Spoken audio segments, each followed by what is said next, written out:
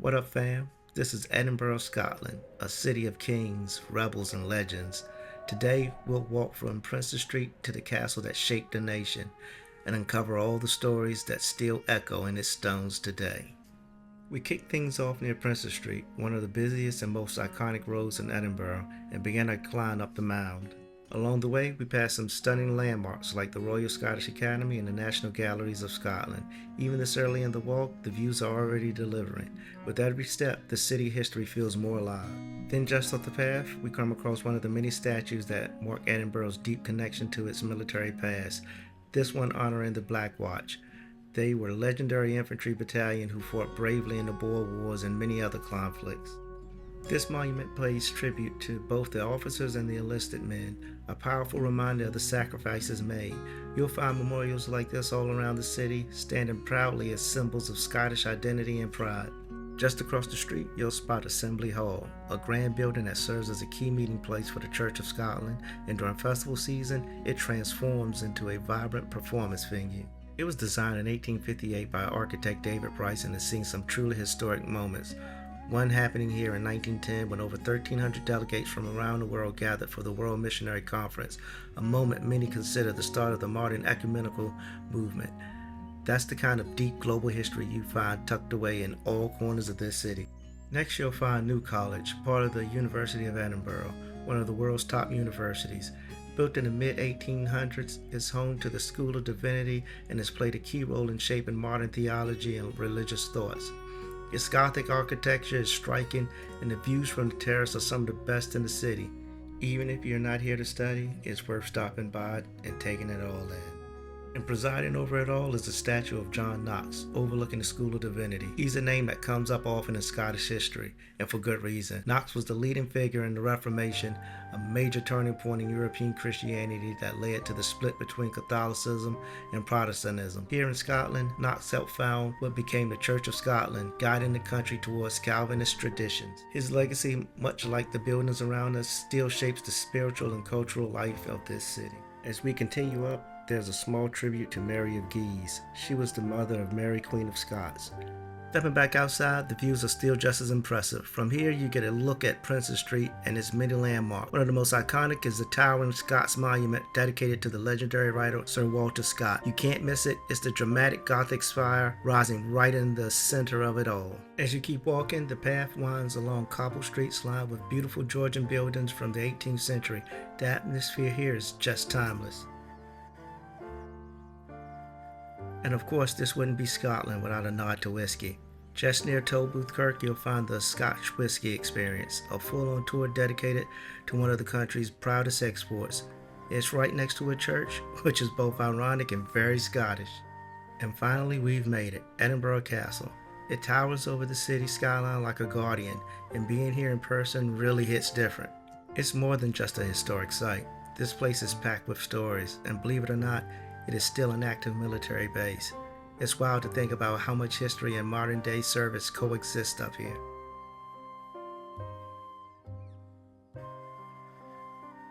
Along the entrance path, there are more monuments. That plaque is dedicated to David Leslie, Earl of Leven, who raised troops during the Jacobite Rising of 1689.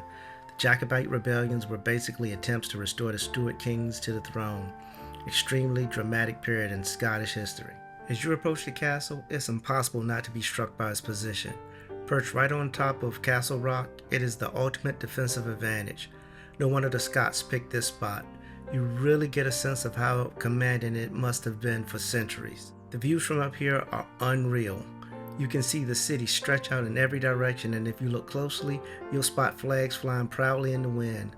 Up on the upper level, you'll even catch a glimpse of cannons still standing guard after all these years. Right at the front, as you cross the drawbridge, look out for the two statues flanking the entrance. These are legendary Scottish heroes Robert the Bruce and William Wallace. You've probably heard of them, even if it's just from Braveheart. Their presence here sets the tone for what's inside, centuries of Scottish resilience and pride. And if you stop and really take it in, you'll notice all the little details, the narrow arrow slits, the carved embellishments, the way every stone feels like it's telling a story. Edinburgh Castle isn't just a fortress, it's a living piece of history. Just before you head through the main entrance to Edinburgh Castle, take a moment to look off to the right. There are a couple of striking monuments here that are easy to miss. The first one is a tribute to the Scottish horse, and it is beautifully decorated with what looks like a Celtic design along with the claymore sword carved right into it. It's a strong, symbolic nod to Scotland's proud military tradition. Right next to it stands a much larger statue. This one honors Field Marshal His Royal Highness Frederick, Duke of York. He was the son of King George III. Yep, the same King George who lost the American colonies. You might recognize the name if you've explored Edinburgh's New Town, because he played a major role in shaping it during the late 1700s. A lot of the streets and architecture we've seen leading up to the castle, those grand Georgian buildings, are all part of the same era, and many are named after George III and his queen. It's amazing just how much history is layered into just one corner of this city. Indy and I just walked up to the Royal Mound to Edinburgh Castle. It wasn't that bad a walk, was it? No. Doreen, you could have done it. You could have done it, Doreen.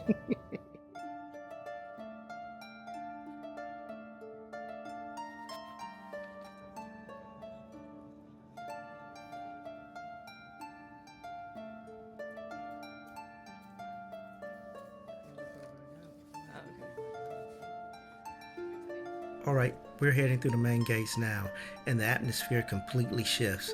You can feel the weight of history in the stone beneath your feet. Inside these walls, Edinburgh Castle opens up like a hidden village with courtyards, towers, and historic buildings all layered on top of each other.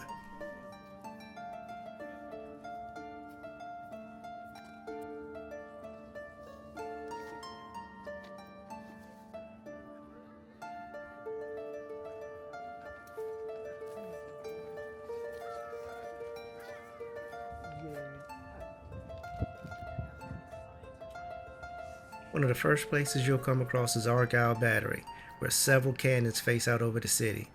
This is one of the best viewpoints in all of Edinburgh. Seriously, take a minute here.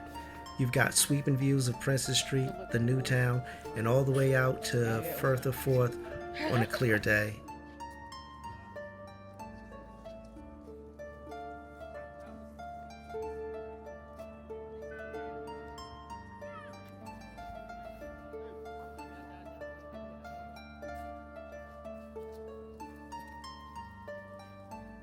Around every corner, there's something to discover, from the oldest building in Edinburgh, St. Margaret's Chapel, to military prisons and war memorials.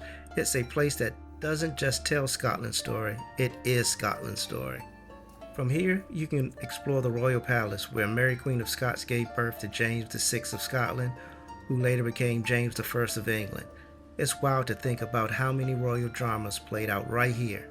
And of course, there's the Scottish Jewels and the Stone of Destiny, both on display in the Crown Room. No photos are allowed inside, but trust me, it's worth seeing. These are powerful national symbols, and standing inches away from them is pretty surreal.